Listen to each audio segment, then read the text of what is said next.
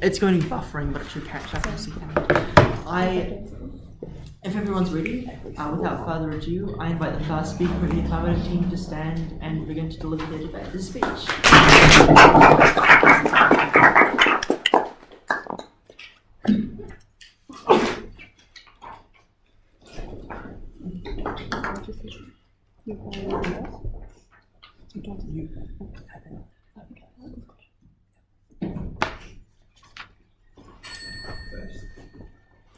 Oh, and before you start, I'm going to clap once at 1 minute, once at 7 minutes, and then twice at 8 minutes. And then 7 and 8, 1 and 7 minutes is to indicate that the starting of the POIs.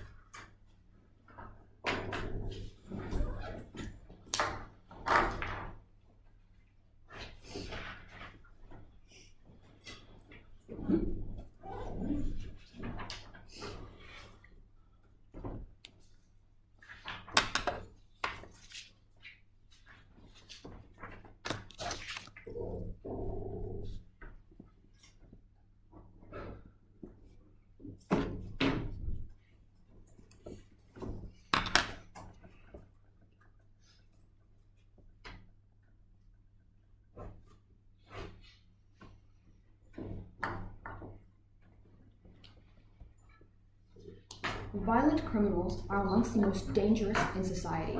These are the people who reoffend. These are the people who cause danger to the most vulnerable actors in our society. These people need adequate punishment. 3 things in our speech then. Firstly, on setup. Secondly, on the benefit to communities and victims. And lastly, on the benefit to criminals themselves. On to setup then, a couple things here. I think the first, most important question to ask is what this policy, what this monitor actually looks like. Note that I think the motion is pretty clear here in the fact that it applies to people who've been released for very violent crimes, people who've caused direct physical harm to other people. I think this monitor specifically looks like something that can track your location, transfer it live to the police or local law enforcement. It probably has, some safeguards in place to prevent it from being cut off or removed. Note that it probably highlights certain risk locations that may be associated with your crime or associated with where the victims of your crime are generally located, or like locations that may aggravate your tendency to commit crime, such as liquor stores, such as like gang patches.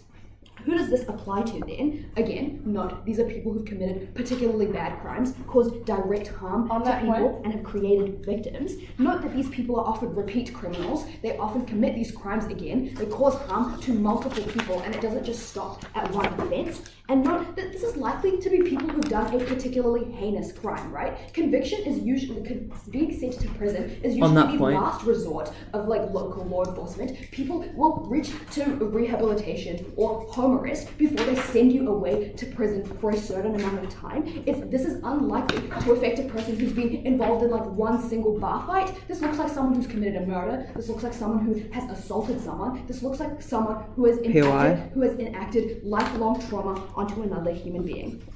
Next then, before I move on to my first point, I will take a POI. What is the quality of life for someone that is in prison? I will get to that in my second point about benefits to criminals. Now, onto my first point about the direct benefit to the community here. What do you need to know? First of all, note that these crimes are often premeditated, right? Things like murders, things like assaults are usually planned. When a college boy goes to a party, and has the intention of assaulting someone, he probably takes a sachet of drugs with them. Note here then that these crimes are usually not out of necessity, such as stealing bread from your local dairy. These are crimes that are done due to, being coerced by someone, due to being involved in criminal organizations. These aren't crimes that are done out of necessity to live your daily life. On that point, I think there are two main things that come under this point. Firstly, on like how we benefit the community before crime and after being released from prison.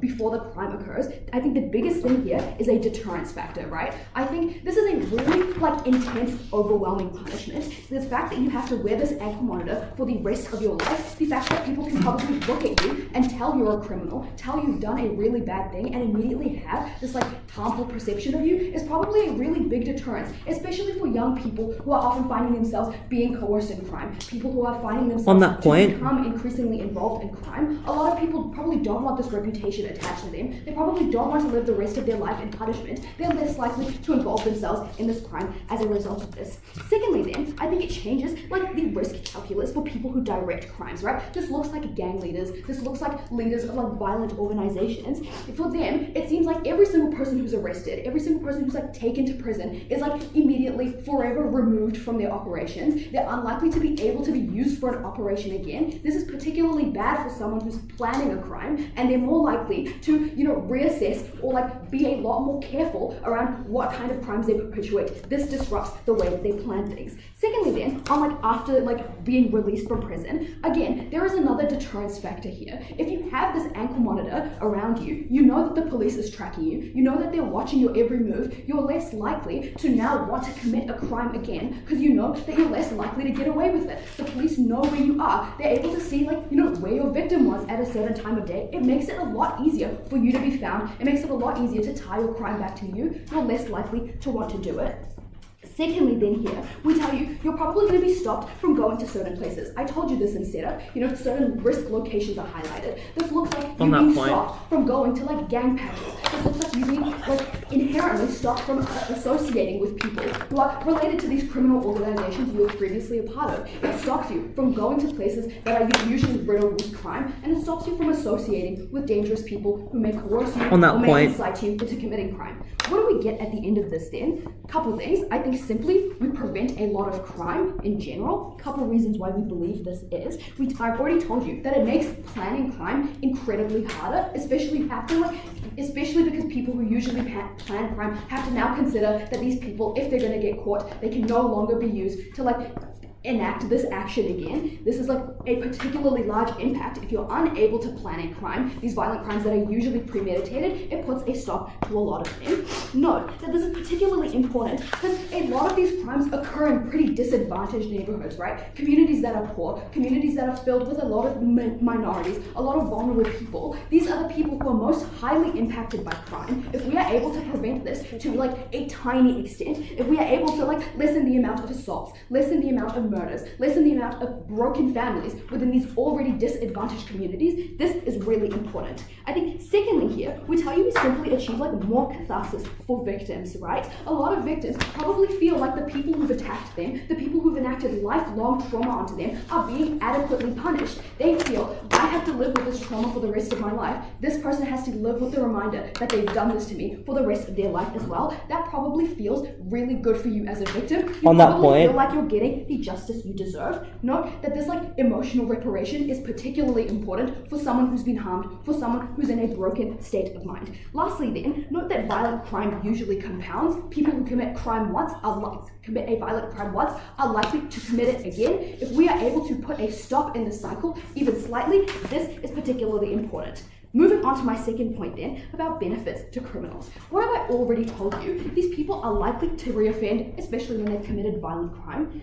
Why do we believe this? Firstly, we tell you that these crimes are usually associated with gang networks or organized crime. You already know this. Secondly, we tell you that once you've committed a crime, it's often very difficult to re-assimilate back into society. We tell you that these people often have a criminal record. They often have a very harmful perception. It makes it really hard. It makes it really hard to find jobs. It makes it really hard to go to programs such as rehab. It makes it really hard to just go back to living your day-to-day life. These people are incentivized to continue committing crime. How do we put a stop to this? I think, first of all, we tell you that a lot of people are more likely to hire and feel more kindly towards criminals. Couple reasons why. I think firstly, there is a perception that you're safer because you're being tracked by the police actively. A lot of people know that if you're going to act out, the police is probably going to be there really soon. You think that they're less likely to act out. This deterrence factor is knowledge to like the wider public as well. I think secondly, we tell you that like to the public, it seems like this person is constantly being punished. You're probably going to feel a little more sympathetic to them. You're going to feel like this person is paying their dues. They're being held accountable. You're likely to feel less hostile towards them. I think secondly then, we tell you that judges face generally more scrutiny, like lifelong punishment for a variety of levels of crime means like a lot of people are less incentivized to wrongfully convict someone because they're likely to receive a lot of backlash for this. This looks like a lot of criminals who receive this punishment, receiving it for a good reason. This looks like a less amount of wrongful convictions. This is particularly important. Proud to affirm.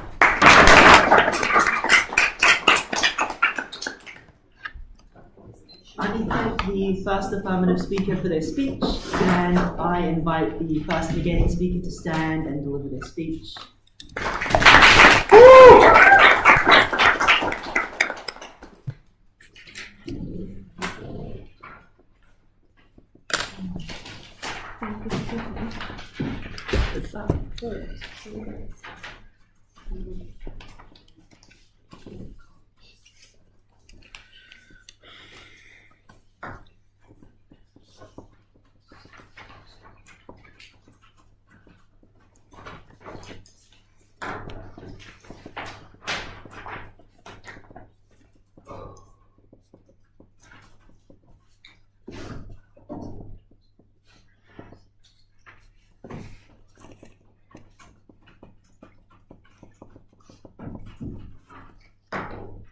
Just because they are prisoners does not mean that they are not people, and that is what AF has forgotten about.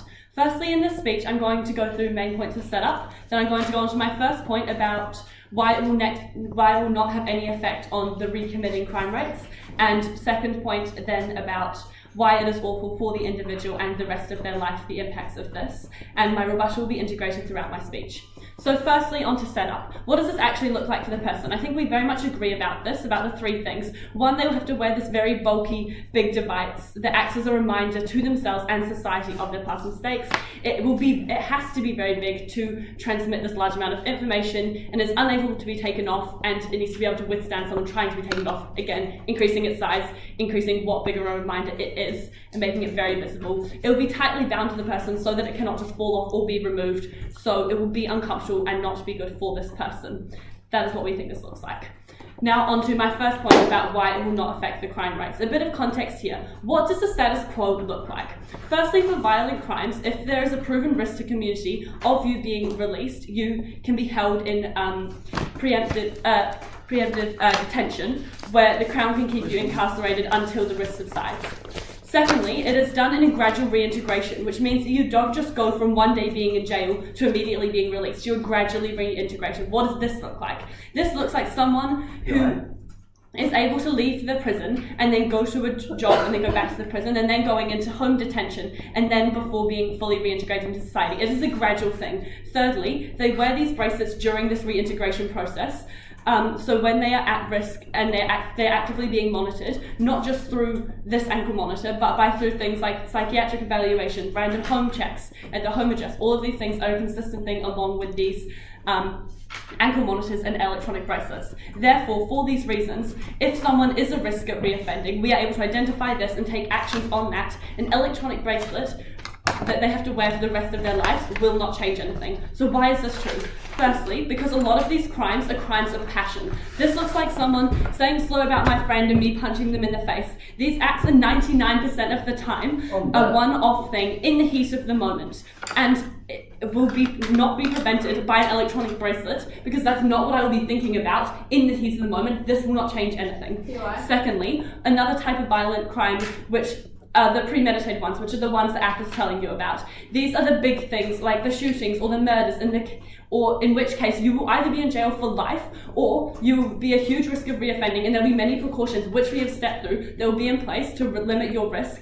and a bracelet is not going to make a difference. I think that's what AF is misunderstanding. They can't frame these huge, massive issues and go, okay, cool, and then we're just going to release them into society with a bracelet. No, they're going to be in prison if they're doing these big things. We are talking about different cases. We are talking about the people who are doing these much smaller violent crimes, because violent crimes is a scale that I think you've completely missed the large majority of. Thirdly, you've been in prison, right? So you know the consequences, and it means that you know, and if someone is a crime where someone has actually stopped, they'll stop and think about prison, and they'll think about the immense want not to go to prison. They're not going to think about a little bracelet that they're wearing on their wrist. This is not what's going to happen. Lastly, it won't actually help catch them, which is what AF is trying to tell you, because there's a very small chance of reoffence that we have talked to you about, because it doesn't alert you to the fact that they're doing a crime. It just gives you a broad location. Thinking about this in the context of all this violent crimes and prisoners and all of the people that you'll now be tracking, it's not actually feasibly possible to make this beneficial at all. They have told you that it also means that people are less likely to commit a crime in the first place to avoid a bracelet. We have said that prison in itself is a huge deterrent, and that people doing these big crimes that AF is framing, or these little crimes of passion that we are telling you about, either way is not going to change because of a bracelet, because either be in the moment or they'll be in prison for life. These are the two worlds, and in both sides we've been on this. What are the outcomes? We have stepped through that if they do the bracelet would not help, because in the rare cases that it would not actually make a difference, because on these big crimes it is symmetric. So, therefore, firstly, people who are the most likely to be at risk are not being released, and if they are, it has been proven because they won't be a threat. Only an actual harm can change in this. The only actual harm in this debate is the change to the individual, which is what I'm going to go on to now. So why is this so awful for them? Context here. For the reasons we have just given you, that these individuals are committed the crime once off in the heat of the moment, these are the majority of the cases. These are the lower level crimes, because otherwise they'd be in prison for the rest of their life. This is what the debate is actually about, and we are making it so much worse for these individuals. Why is this true? Firstly, because everybody around you is aware of your criminal history for the rest of your life. We have told you why these would need to be big, why this would need to be bulky, why this would need to be visible, and this is super detrimental for the individual. This is because it affects your employment for the rest of your life. Not just for the 7 years that is on your record, it's your whole life. This means you're much less likely to be hired if they think you're a violent person, which is actually what the bracelet shows. It's a big sign saying, I'm a hugely violent, awful, big person. That's really awful. And this is not actually the majority of the cases that we have shown to you. Secondly, people are less willing to willingly socially engage with these people, because they think, obviously, at the point in time where you can see this physical manifestation. And importantly, you don't actually know what these crimes are about. Everybody jumps to the worst case scenario, and in the worst case, they don't actually see, oh, maybe a woman slapped her husband for being cheated on. They see a huge danger to society. They jump to the worst case scenario. This is really detrimental for the individual. It also affects how you see yourself. It's a physical reminder and discomfort about the worst moment of your life. You've already paid for this time in prison, but you are never fully free. Imagine holding hands with your wife on your wedding day and seeing an iron shackle on your wrist. This is hugely detrimental. Why is this so important? So what are the outcomes of this? Firstly, no income means that you have a way worse quality of life, which is really harmful for the individual as they struggle with employment. This leads to acts of desperation, which at a base level is really awful for the mental health, knowing things that will never get better. Secondly, on outcomes, social relationships is also a vital factor to these harms of the individual, because now they aren't just isolating themselves because of this issue, they're now being isolated by society. Why is this so crucially important? The reason that these harms to the individual are so extreme is because they don't just snatch away their freedom, they also destroy the hope of never ever being rid of their past mistake that is so vital for the successful reintegration of society. Your case hinges on these in-the-moment cases being punished. Insofar as someone who throws one single sucker punch is not being sent to prison, why are these cases likely to be disproportionately granted? We have told you about the scale. We've given you that example on the small scale. You have told us about the huge scale and these really big crimes. We have told you why these won't actually be affected by ankle bracelets, because these will be in prison for the rest of their life anyway. We have given you a scale. I feel like you can intuitively put yourself on the scale and see where would we put this into. Moving on, this is actually principally wrong to be punishing people past their point of imprisonment, because it means that there are such extreme harms to this individual. Why are we putting them? They've already paid their time in prison. That is already as a reflection of their crime? Why are we now adding this to their whole life? And why are we making their whole life so awful? Just because they're prisoners doesn't mean they aren't people. So what have I told you by the end of this speech? I have told you who is most likely to be affected by this. I've explained the status quo precautions and why for the violent cases the bracelet will have no impact in terms of risk to society. Therefore, the only thing that changes is the physical shackles that we have put on these people who have made mistakes, binding them to a singular past action and condemning them for it for the rest of their lives.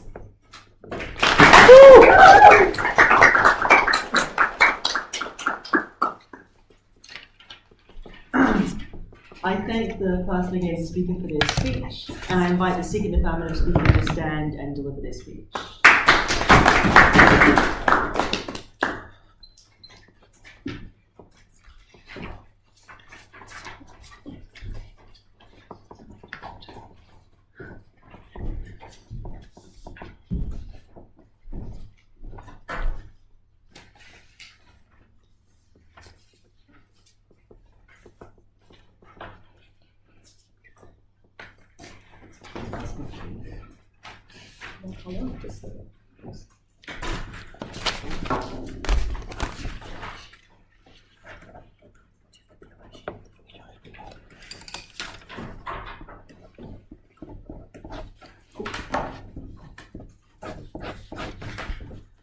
Sorry.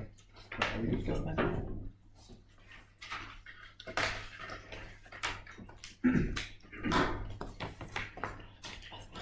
Panel, I think that it's telling when Neg is faced with the worst crimes in our society, the only thing they can do is mitigate. Even if you think that there's only a marginal benefit to our side of the house today, you should weigh the shattered lives of every victim in this country over the people who commit these crimes. I'll talk about three things in the speech. First, on their push around the efficacy, or rather lack thereof, of these ankle bracelets. Second, I'll deal with their main positive push about the quality of life of these criminals, and then finally, I'll deliver an extension around I'll deliver an extension as to how we make rehabilitation much more effective on our side of the house. Great. First, on efficacy, they dedicate like 2 minutes of first negative to this, but let me note that there is not 1 ounce of positive material in this push, right? The only thing they try to tell you here is that, sure, this might be a benefit, but the extent to which this occurs is just really, really small. Well, how do they do this? Essentially, they tell you that the vast majority of violent crimes are crimes of passion. I've got 4 responses to this. First, I think at the top of this, Mischief preempt this already by telling you that prison is a last resort. I think if they can identify that prison is a really nasty place to be, I think that judges can also identify that that's a really nasty place to be. What that means then is you don't get sent to prison, or you're not likely to be sent to prison for just being in a bar fight. But then also note that these crimes of passion that they talk about are really easy to defend in court, right? Because temporarily you've lost control of your senses. Temporarily you're not in control of yourself. I think that's a factor that judges can take into account that stops you from being sent to prison. At the top of this then, you should already weigh this less, because the vast majority of violent crimes are not crimes of passion. But then I'll note 3 things. First, I think this just doesn't engage with any of the material that Mischief gave you at first, right? What did we tell you? We told you that these ankle bracelets stop you from getting into these high-intensity situations in the first place. It stops you from visiting bars if alcohol is something in your life that makes your crimes, that makes your crimes worse. It stops you from getting cigarettes, it stops you from getting drugs, and all of these things that make crimes of passion more likely and much worse. But then secondly, what did Misty tell you? Again, it stops you from coming into contact with people who are likely to invoke these crimes of passion. Like other gang members, like other people you've met in prison, it stops you from getting into these bad situations in the very first place. But then I'll deal with this idea that these ankle bracelets are big and clunky in the future, but let's just assume that's true. I think that when you're wearing a big, clunky, literal manacle, is how they describe it, on your leg, that makes the chance of you getting into one of these situations much less, right? Because you stand up, you want to punch someone, but you're being weighed down by this big thing on your leg. If we believe the characterization that they give, then you should believe that these crimes of passion are less likely to happen on our side of the house. So, if crimes of passion are something you care about and you think is important in this debate, then you should already believe the comparative is worse for them, because more people getting into bar fights on their side of the house, more people getting back into contact with their old gang comrades, getting back into these bad situations, that means it's so much worse on their side of the house. But what I think we can do here is extend the margins on premeditated crime. What this looks like then is gang leaders taking out hits and telling their cronies to kill someone. It looks like premeditated rapes that happen on college campuses, that take planning, that take thought before you go in. And I don't think that's properly engaged with Ashwell at First Negative, right? What we do here is we force these people to think twice. We change the risk calculus that goes into doing these crimes in the first place. Now, you should care about this because of the scale of harm. Let's say that this actually, let's be really charitable and say this is a minority of all the cases of violent crime. Note two things here.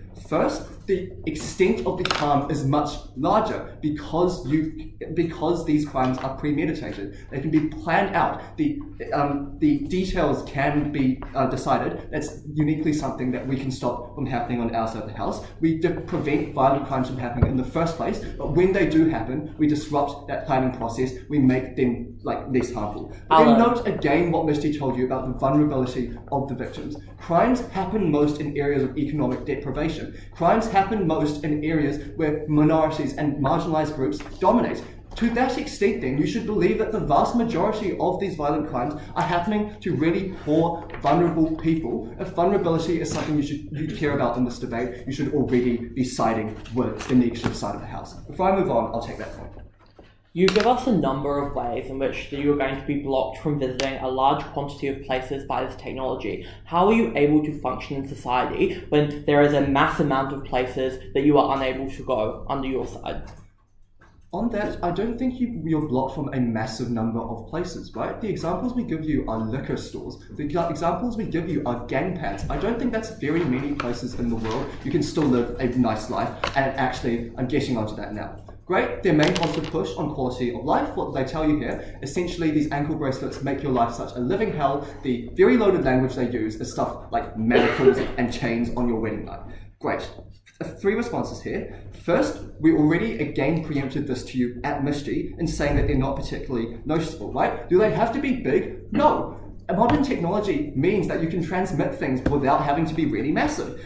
Do they have to be big and bulky? No, they can be made out of strong materials like Kevlar, like things in development already. But even if you don't believe a word of that, you should believe that in the future we could make these things better with technology in the future. That means the extent of this harm already gets less over time. What that means, okay, but let's be charitable here. Honestly, you can just wear long socks. You could just wear long pads. I don't think that's something that's very noticeable for the average person. What that means then is I think the material on physical discomfort just shouldn't be weighed really highly. But then on this idea of reintegration back in society, I'll note that I don't think this is particularly comparative. What does Misty tell you? She tells you that people think that these criminals are going unpunished, and that contravenes their basic sense of justice. What I'll note then is on their side of the house, things like criminal records also exist. They're a permanent brand. What that means then is the marginal change on their side of the house for quality of life is small. But what I think we can do on our side of the house is at best we can protect other minorities from being tarred as criminals. When you have something like an ankle bracelet, you stop identifying things like Mokapuna as being signs of criminality. I think that's a unique good that only exists on our side of the house. But then again, we preemptively flip this at Misty, because what do? We change attitudes around criminals.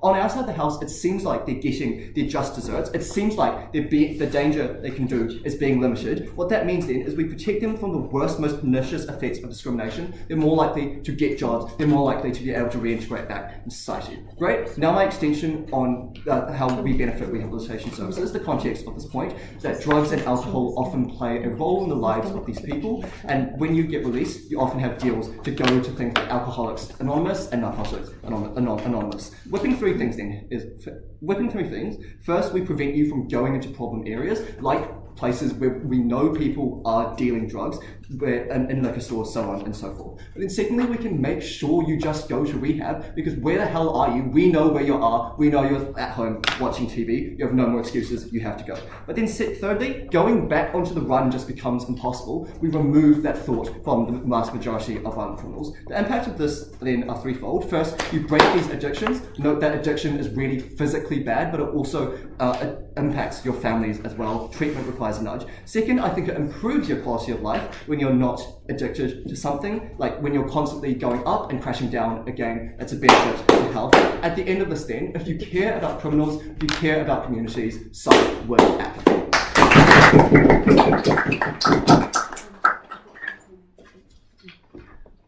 I thank the second affirming speaker for their speech, and I invite the second negating speaker to stand and deliver their speech.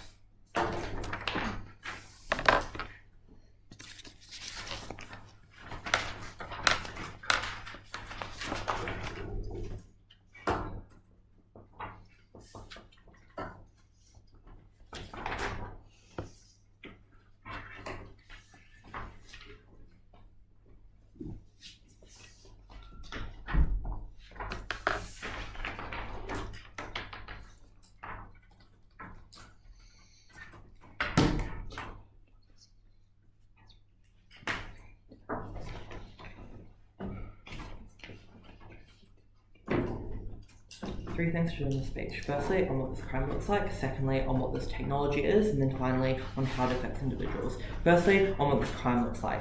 We get a number of claims as to the characterization under framing. Firstly, we hear this as only reoffenders. But I think firstly, they are unlikely to be relieved in the first place due to all the preventative detention which Kate tells you in the first place. So even at that base level, we vastly mitigate their scale. But secondly, it is unlikely why this is solved on their side, right? Because if you were a reoffender, it's likely caused by systemic issues which they are unable to address, right? If they tell us about like poor communities, that also doesn't change on their side. But importantly, they screw themselves over because they talk about like gang members. But I think that what and I'll extend here, this buys into the symbolism when you're wearing it with things like patches, right? This is seen as a sign of commitment. And then comparative to like a gang tattoo, which you can obviously get erased, when it is legislated you cannot remove this for the rest of your life, you are locked into that gang. What a horrific outcome. Next, they tell us about premeditation. If so, you probably realize the bad risk-reward calculus, right? So you think, oh, I could stab that guy, and then I go to prison for 8 years. Obviously, if you are premeditating it, you can realize the poor outcome that comes with it. But secondly, I think there is also just very little reward to be gained by these violent crimes, right? At the point in time, these aren't ones that you can actively, advantageously gain money from, so it's unlikely you engage in them if they are premeditated. But not Alex claim counteracts this, right? Because when he talks about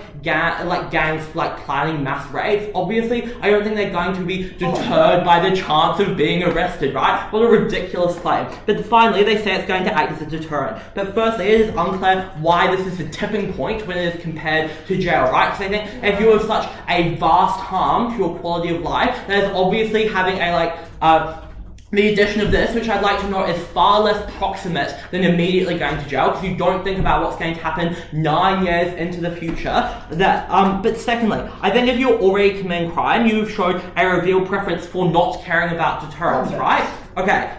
Next they claim that you are safer if you're being tracked, right? But I think firstly, after 7 years, and employers are therefore more willing to hire you. But this doesn't work for two reasons. Firstly, because after 7 years, your criminal conviction goes away, and they don't know that you're a criminal in the first place. They miss the comparative between these sides. But secondly, I think they're worried about the risk to their business, right? Because if you go to the liquor store on your break and then they swatch your business, that is a terrible perception to your business. Obviously, you're not going to take that risk. You're just going to hire a different worker, right? They finally say judges are going to be lenient, but I think obviously there are strong incentives for judges to do well under the first bit. The final thing is just in terms of who gets sent to prison. And they say there are examples like sucker punches aren't realistic, but I think firstly, I think it often does, right? Especially under the framing of governments want to be tougher on crime, right? Their political incentives to be seen as the people that are cracking down on violence, particularly when these are things which do involve like assaults. But secondly, I think they're compelled by minimum sentences, things like 3 strikes. But thirdly, I think that obviously if you reoffend, then you have to be sent to prison for when you do hit these minimum requirements, which means even if the judge wants to be lenient, they don't have the capacity to. Finally, on judges, right. Cool. Even if not though, I think in the larger scale, even these are still spur of the moment decisions. I think even if it is a big assault, then these are the characterization of case still stands. Right, on to the second thing about what this technology looks like. They say that this is able to give police information. 3 responses here. Firstly, it is unclear the linkage to crime, right? Because it only gives your location data. And the crimes of passion are in unfamiliar environments, right? Someone calls you a slur on the street and you react violently. Which means A, they can't foresee the risk, right? But B, they don't know the crime happens because even if you are in environments you're not meant to be, it's unclear how they're able to link that with, oh, they're stabbing someone or oh, they're not. It only shows location data. But on that, right, the scale of what a risk location is either one of 2 things. Either one, it is so small it is ineffective, right? So you aren't able to actually protect them. But the characterization they go with that is so large, it ruins your life, right? You can't work at a mall because it is near a liquor store, right? You have to be in an unaffordable area because the rent is so high because you're within 10 kilometers of the one person you did something to 7 years ago, which means you don't have the capacity to follow these rules, right? It means you aren't able to follow any of them. Alan literally uses the example of going into a cigarette shop. That means you can't go into a supermarket, you can't go into a dairy, you can't go within 10 kilometers of these places. When you think about how many supermarkets these are, you're unable to do so. I think the addictive nature of these means that you go and grab one cigarette, you get arrested, you get swatted, you obviously have terrible outcomes. And note this, right. The second response to this though, offenders are aware that they are wearing this, and I think it is obviously very noticeable. And so if you are so irrational, you ignore 6 years of isolation where you have lost your rights, you are probably so desperate to commit a crime, you will go to large lengths to do so. Which looks like things not making it obvious by going into those risk areas, because obviously you're informed of those risk areas, so you can just go to where that person might be, where they're not right. You know that, I don't know, they go to a nightclub or whatever, so you go there. You go to the different places using information you have. Obviously that means you're able to work around that if you're so irrational, you are so desperate. But thirdly, I think they are unable to action any of their suspicions. Firstly, because police are really underfunded, right? They can't investigate any inkling of a hunch because it is very expensive. You have to stand for this using thousands of police going to every single zone where someone starts approaching a supermarket because that has alcohol in it. And importantly, this takes resources away from responding to actual violent crime, right? I'll extend here because obviously that now means that for actual crimes, you can't have things like beat patrols that are monitoring people on the street. That's awful. But secondly, I think they are bound by laws on police, right? Which means you have to have reasonable cause. And I think this is hard to prove because obviously the reasonable cause is just I was going to the supermarket to buy food for my family. So I think at the end of this, one of 2 things are true. In their best case, even if this gives proper information, they don't have the capacity to respond to these things due to things like laws and just capacity. But I think in the realistic case, they can't even infer from this info, right? Because the model that they have set up is so large, it is just impossible to be able to know whether someone's committing a crime as they vaguely start approaching a liquor store. Right.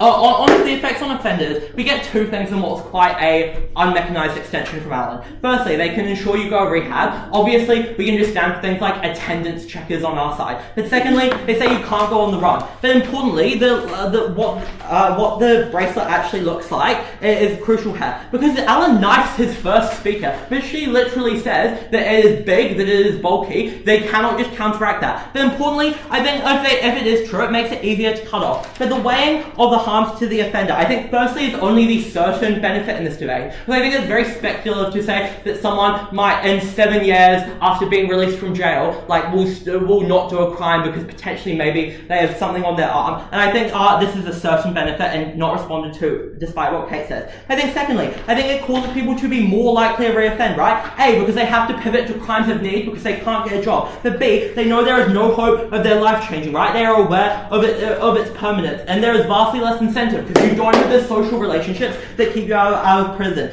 But thirdly, I think this most strongly affects those with hope of recovery, right? For all the reasons Kate gives you, they have to stand by screwing your life over because you made one bad mistake when you're 19, living in a rest home at 75 with an ankle monitor, not making friends. What a disgusting case to stand for.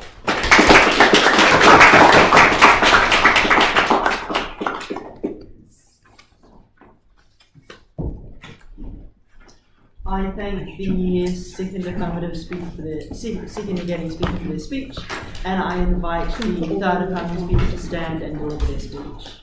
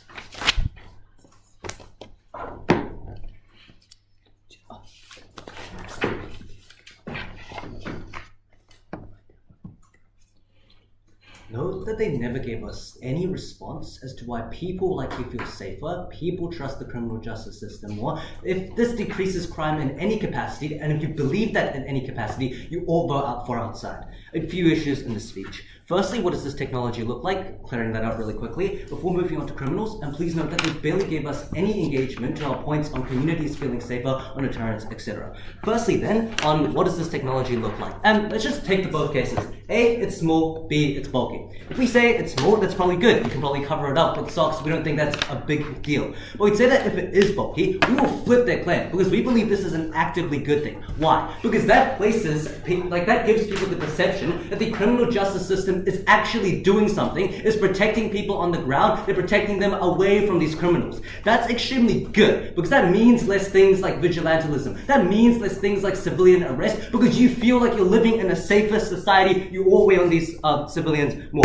But secondly, we'd also say that as tech improves, as things grow, like in the future, you're probably going to be wearing an Apple Watch on yourself. Like current ankle bracelets, current ankle monitors, they aren't that big. They're like a ring around your leg. We just don't think that is a big of a deal. But even if it is, I just showed you why we flip that. They say then that like with this crime, it looks like a symbol. I'll deal with this later in terms of perception. But secondly, we'd say that if it looks like a symbol, we'd say that it's actively a good thing. Because when these gangs sort of accumulate together, when these gangs scheme their next criminal crime, etc. Now you can track their locations. Now you can see that these dots of criminals are all together, and you're able to plan things. The police are able to SWAT them, etc. Finally, then, we'd also say, like they told us that like people can't go to liquor stores, cigarette stores, etc., because they might fear getting swatted. A few responses here. Like, firstly, obviously you can, because crimes obviously occur with probably like a police call or something. Like, there are other ways to ensure that a crime necessarily happens. But we'd say that even if you don't believe that, we'd say it fades into the long run. Two reasons here.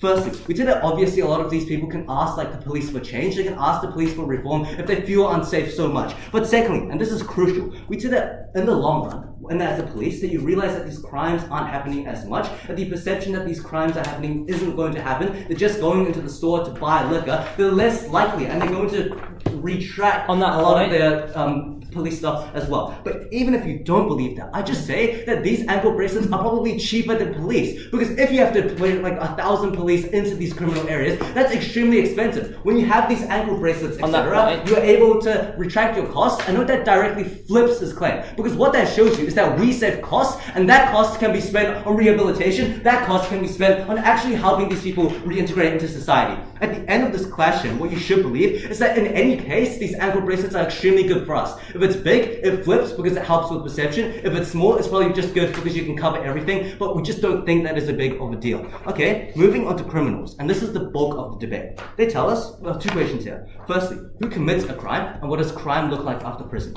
Firstly, who commits a crime? They tell us that this likely looks like crimes of passion. We have a few responses here. Firstly, we'd say that this probably works for some things, for example, like killing, etc., but there are many other types of horrendous crimes, for example, trigger warning, such as rape, that you cannot stand for. These cannot be done for just as an act of passion. On that point, we think there are active incentives, and there's no way you can just like be passionate about it and then correct these horrendous acts. But secondly, note that Alan told you at first that it's pretty easy to defend in court. Note that it's got no response from their second speaker. We told you that it's probably easy to defend insofar as like every single thing about your life is probably clean, your criminal record. The only thing that you committed was this crime, and so therefore you're likely able to explain this to the judge. No response from their side whatsoever. What do we think these crimes actually look like then? We think they look like the most violent crimes. This is because firstly, they're connected to a lot of these criminal networks, and obviously like a lot of them will leave, and you have and a lot of them will leave and they won't live in prison for like their whole life, as they claim. A few reasons here. The first thing we'd say is that obviously these criminal networks have a lot of money probably. That means they can hire expert lawyers. That means they can decrease a lot of their sentence times.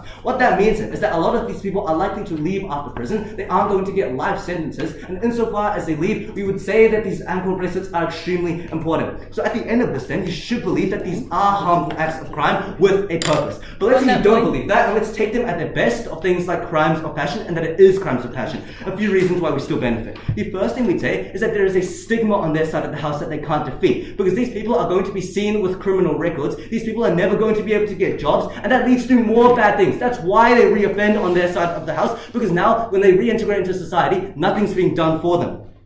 Comparatively, then, we defeat the stigma, as I'll get onto later. But additionally, we'd also say bracelets don't really mean anything, because now it reduces costs, and that means you can focus on rehab. I dealt with this before. But thirdly, we'd also say that judges have more scrutiny behind them, because obviously this is such a big deal. They obviously have more scrutiny, and that means that they're going to make decisions more carefully. Note that they got no response. Finally then, on this idea of deterrence, we'd say that obviously now you dissociate from a lot of people because these people are criminals. Their response here at second was just to say, no, it's not a deterrent because it's not a tipping point. We'd say a few things. You can commit a crime because after you leave, you do not know what to do when you are a criminal, when you do reoffend. Comparatively, now you're more likely to go into jobs, as I'll move onto here, onto afterlife of prison. But what you should believe at the end of that question is that even if it is crimes of passion, we support them far more, because when they leave after prison, as I'll get into my next class, you help them more. Why do you help them more then? We told you at first that you likely have to reintegrate, and a lot of people likely have stigma towards the criminal justice system. They don't trust them. It leads to vigilantism. It leads to a lot of civilian arrests. We'd say that on our side of the house then, we'd say a few things. Perception improves on our side, because people are now less biased because they think that the state is doing things for criminals. That's crucial, because that means that the stigma slowly reduces. And that stigma reducing is extremely important, because that increases employment, that increases the ability for these people to get hired into a business. But secondly, we'd also say that the perception in society just improves when there's less civilian arrest, when there's less process against the criminal justice system. We'd say that you're more likely to hire a lot of these people, and therefore the criminal justice system cycle breaks down. Before I move on, I'll take a quick POI. Where in Auckland is not within 5 kilometers of a supermarket?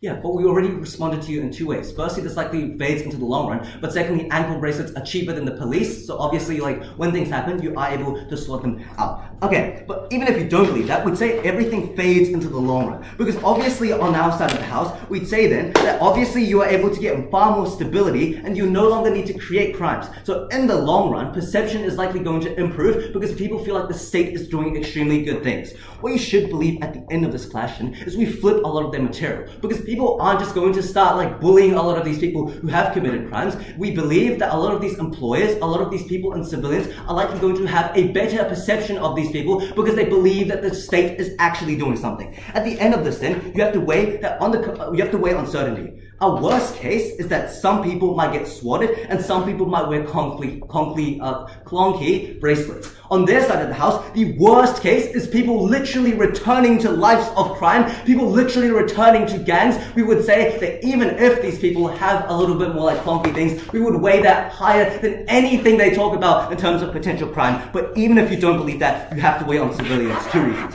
Firstly, on vulnerability. These people never committed a crime, so giving them the feeling that they are more safe is extremely important. But secondly, we'd also say on scale, this is 99% of people. Giving them the perception that the criminal justice system is actually doing something is extremely important because that's 99.9% of the people. At the end of this then, we win on all things, on the bulky things, criminals and civilians. For all those reasons, I'm very proud to propose.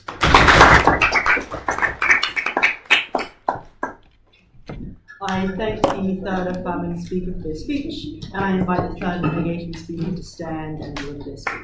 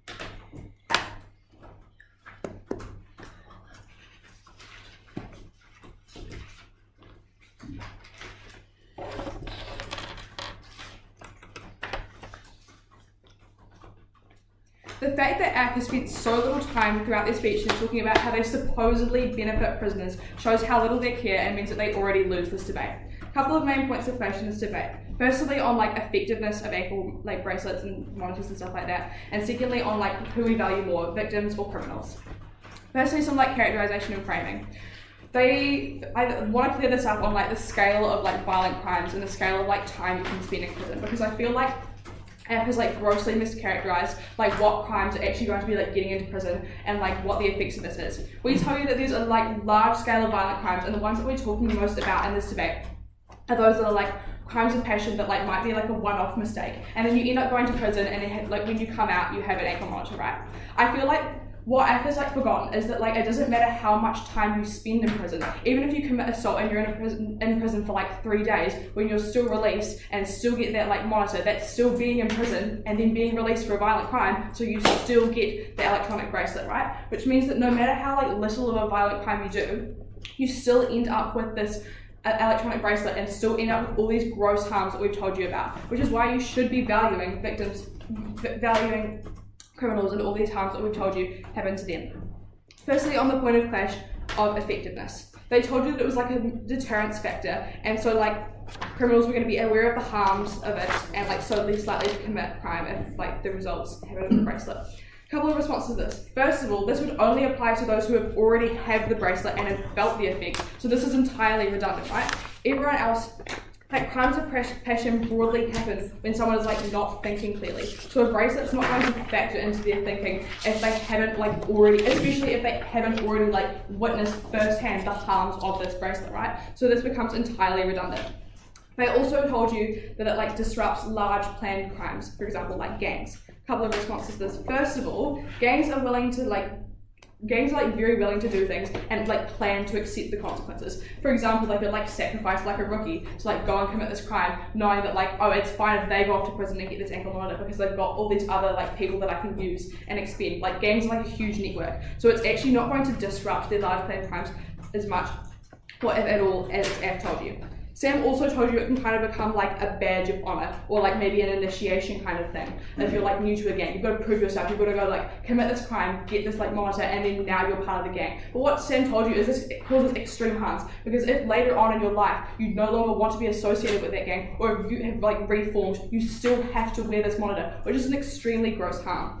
Also, thirdly, we tell you that gangs are like very strategic and adapt easily, which is why in the status quo they still exist so strongly. So they're going to be able to like adapt to like these things that you throw at them far more easily than ever have you believe. They also claimed that it's going to like prevent you from like going to locations that like create crime. First of all, this was very assertive. They never said how. Secondly, we told you it's very like extremely difficult to do this, as there are so many places that like supposedly would be able like crime related.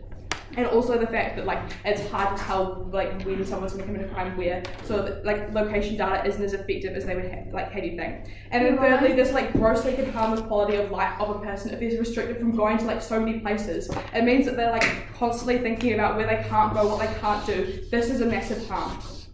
They also claimed that like over time tech's going to get better, so they like get smaller and less noticeable. A couple of responses to this. First of all, we told you that this will reduce the effectiveness, because really clearly in our setup at first, we told you what these like monitors need to look like to be like effective. They need to be like chunky to like be able to like stop people from like taking them off. And like obviously if police want to like use them as an incentive to like make people stay away from these people, they're not going to be incentivized to like make them smaller and less noticeable for the person, right? Also, secondly, even if you believe this, which you shouldn't, the harms that would happen during the time it takes to like get something like smaller or more effective are so bad and irreversible to this person for all these reasons we've told you. Final claim under like effectiveness, they told you that it was going to like save money and resources. A couple of responses. It's not going to be cheap. That was really assertive. They told you that it was going to be like super cheap to run, but they never explained how. Secondly, someone needs to like run it from the background. Someone needs to be like monitoring and like going through all this data. And then thirdly, you still need police in these places. Monitors aren't going to solve anything. So overall, you're actually more expensive because you need police and the monitors. Where on our side, we just have police, which is far more effective. Which is why we win that point of clash, because overall, our side is far more effective. Secondly, on the point of clash of like victims versus criminals, they told you that it was going to be like super cathartic for victims. First of all, this is like seriously overweighing like victims over criminals, because this person's obviously done like an amount of time in prison, and forcing them to go through all these times, especially if they're like someone who's committed a lower level crime, is like grossly like not good. It's principally bad to like force them to continually serve just so a victim feels a little bit better. Also, we told you that we like value like victims and criminals equally in this debate, and they are like grossly valuing victims over criminals. They claim that like judges are going to be like more lenient and less likely to like wrongly convict someone. First of all, no, this is not the case, because crimes are going to be like more likely to like be grouped together. So the result is still the same whether you're someone who's committed like a really bad crime or like a lesser crime. You're still going to end up with all these symmetric harms, even if you are inherently a good person and you just made a mistake. Thirdly, if it's like as cheap as you say, then the judge might as well just slap it on everyone. So this like is actually knifing their own case. They also claimed that people were going to like supposedly feel less hostile towards criminals because they think they're paying their dues. This is a really desperate grab from F to like make you think they care about prisoners, right? It's not true, and it contradicts the material about people staying away from them. Because you told us that like if they're wearing these like monitors, people are going to stay away from them because they see them as like being bad. But then at the same time, you can't claim that they're going to feel less hostile towards them. It's going to like result in these harms for the prisoner, that they're unable to integrate back into society. They're like it's difficult for them to get employment, and this vastly affects the rest of their life. Because of this, crime can actually become worse, because it becomes like almost a crime of need rather than a crime of passion like it was initially in the first place, because they're getting less money because they have no employment, which actually increases the rate of crimes, which is a harm that is exclusive to their side. They also told you that like communities are going to feel safer. This is not the case. It can actually create a really paranoid society if you've got like lots of people wearing these monitors, and also because of the fact that you can't tell what crime they did, you're going to assume the worst out of everyone. This results in stupid decisions that are vastly uninformed, like if you try and like stay away from someone, or like try and make a decision to like stay away from them. but you don't actually know what they have done. So what do we tell you at the end of this debate? We tell you that you should weigh our point of fish about like why it won't affect crime rates really highly, because if it doesn't affect crime rates, it essentially becomes redundant, and so like no harms to the individual are justified. You should weigh how we affect the individual like really highly, because if we prove that the individual experiences extreme harms, this is really important because it makes the fact that the bracelet is ineffective so much worse, and you should weigh this really highly because this is who we care most about in this debate. We win this debate when we prove to you that realistically, electronic bracelets are ineffective in preventing crime, and therefore the harms of this on prisoners are not justified. We also when we prove to you that not only are they ineffective, they potentially make crime worse, which is like exclusive to their side, and obviously we want to like, both sides of the house agree that we want to like limit crime. In conclusion, their harms are long lasting and certain, so you should believe us over them, which is why we win this debate. Thank you.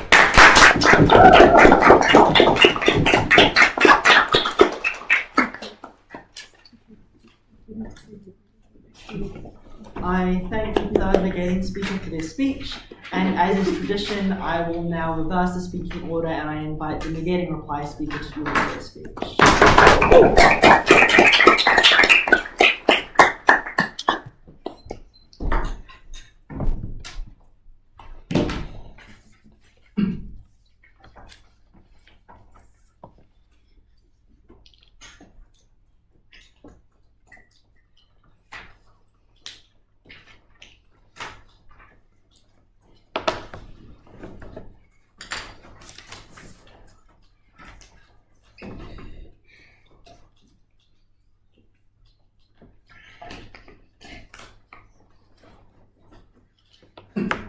Three things in reply. Firstly, who is this people? Secondly, what is this technology? And finally, how does this affect people? Firstly, on who are the criminals. I think that there's two things to frame this. Firstly, on small-scale crimes. I think judges don't have the capacity to not follow these restrictions, right? There's minimum sentences, there's things like 3 strikes, and the framing I give you about the rise of like far-right, tough-on-crime parties means this is particularly common and particularly harsh, right? And they don't really care about whether it is small level, they just care about the optics. And not care that we mechanize why this is true compared to the assertive content they give you about, oh, well, this won't be prosecuted. They actually need to prove that. And I know there are the incentives for judges to have a good job on their side through things like career growth, through things like reputation. But on the large scale, I think this can still be one split-second moment, especially for younger people, right? At the point in time your brain isn't fully developed, you do one small dumb thing at 18 and that ruins the rest of your life. But importantly, there was no response to the preventative detention material Kate gives you, right? Where you literally don't leave jail if you pose an immediate and large-scale threat to the community, which means the only people that do this are those which are not at risk, that are less likely to reoffend. I think on the small scale, this means their benefits are not to a debate-winning extent. On a large scale, literally don't exist. But what does this technology look like?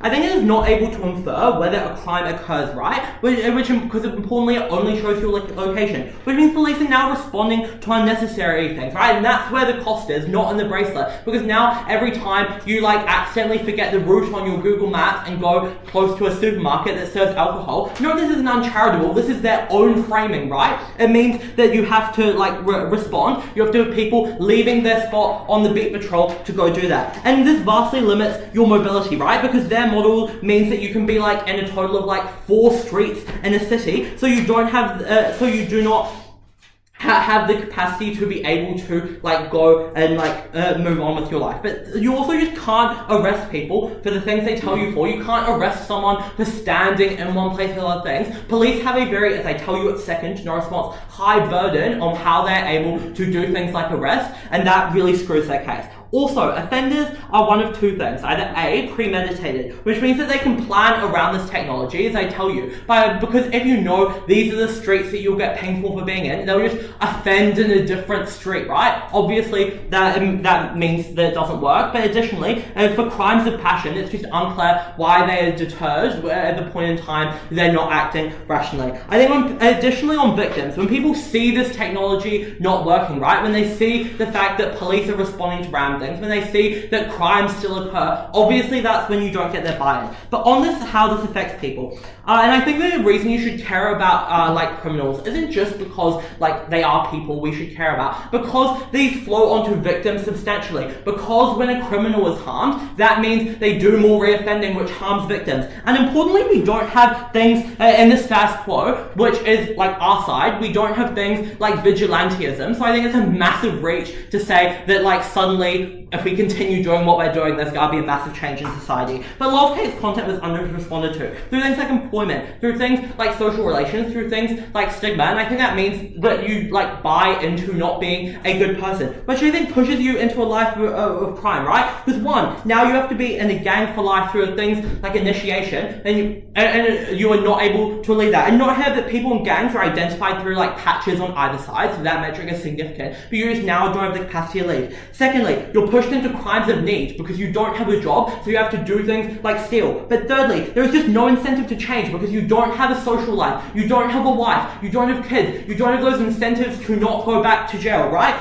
And because First F says they are so big, there is a notable like bulge in your shirt, right? Even if you wear long sleeves. You can't get a job where you have to wear short sleeves. Obviously, the massive brick in your arm is pretty obvious.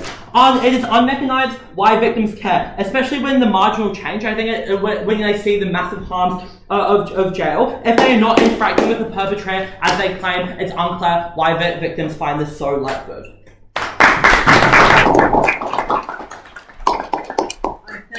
The reply speaker from the Negating team for their speech, and I invite the reply speaker from the Affirmative team to stand and deliver the last speech of the debate.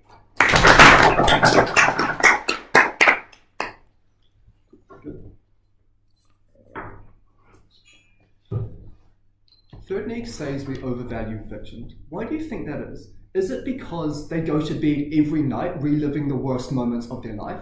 Is it because their lives are shattered forever from the trauma of what has happened to them?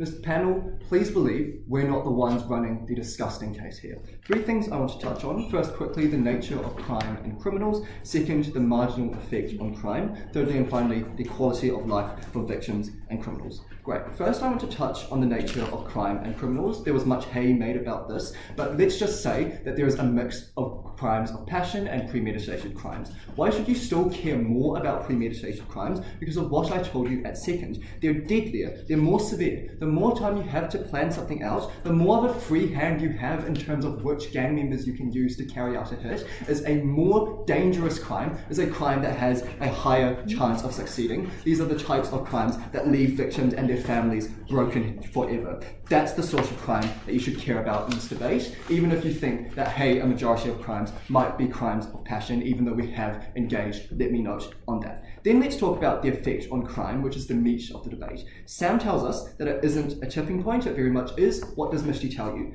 First, it stops you from making old connections. Note that this is particularly important in the context of reoffending in violent crime, because someone has to egg you on. I don't think anyone is born a murderer. But then secondly, if we just have to bite the bullet, then yes, it restricts your movement. It stops you being able to move about the city. It's less of a free hand for you to reoffend. And what does Josh say? No, this isn't assertive. It is indeed cheaper because you can replace some police patrols. You can replace the people who go door to door to check on whether these people are staying at home. That's money saved for the police. That flips Sam's claim. So, but just sense check this. If there are people in this world that you think with evil in their heart, you can be absolutely sure that we're the only side that restricts their ability to commit a crime in the future. Let's concede everything and to this very miscegenary case. Let's say we're the only side, I beg your pardon, we're the only side that can stop a college campus rape from happening in the first place. But once that guy is out of preventative custody, you can be absolutely certain he never steps foot on college campuses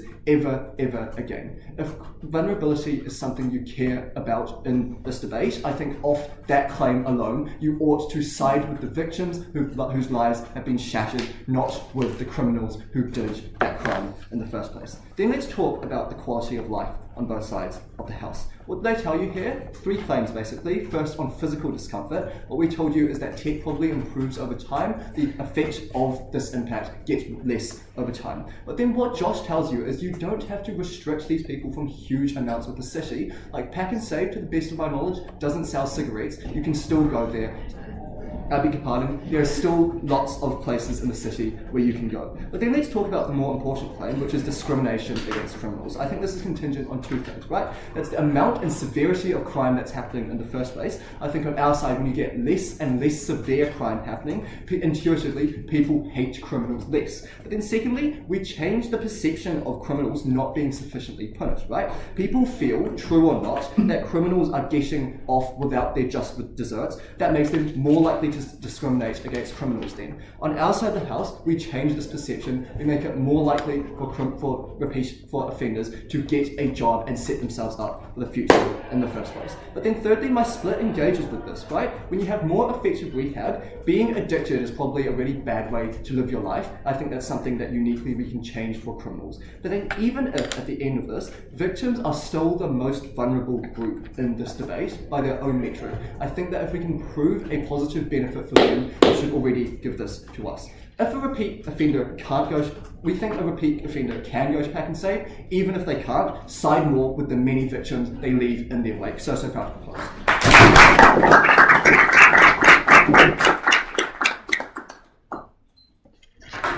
I thank both teams for what was a good debate, and I invite them to cross the floor, read each other however they like, and then do what they will. I'll just go on the stream.